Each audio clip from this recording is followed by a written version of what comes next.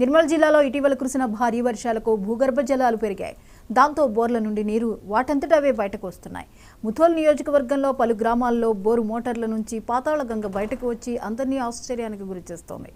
కుబీర్ మండలంలో ఓ రైతు పొలంలో విద్యుత్ మోటార్తో సంబంధం లేకుండానే నీరు బయటకు వస్తోంది. అలాగే తానూరు మండలంలోని బోసి గ్రామంలో ఉన్న చేతి పంపులో సైతం నీరు బయటకు వస్తుండడంతో ప్రజలు ఆశ్చర్యంగా తిలకిస్తున్నారు.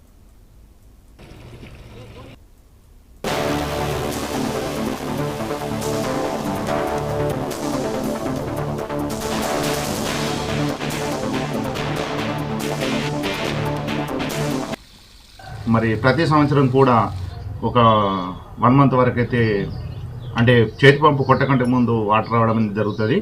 మరి మొన్న కురిసిన వర్షాలకు ఉబికేస్తున్న ఈ వాటరు మరి దాదాపుగా ఈ చేతి పంపు కాకుండా దాదాపు ఒక 15 బోర్ బావుల నుంచి కూడా నీళ్లు ఉబికేస్తున్నాయి.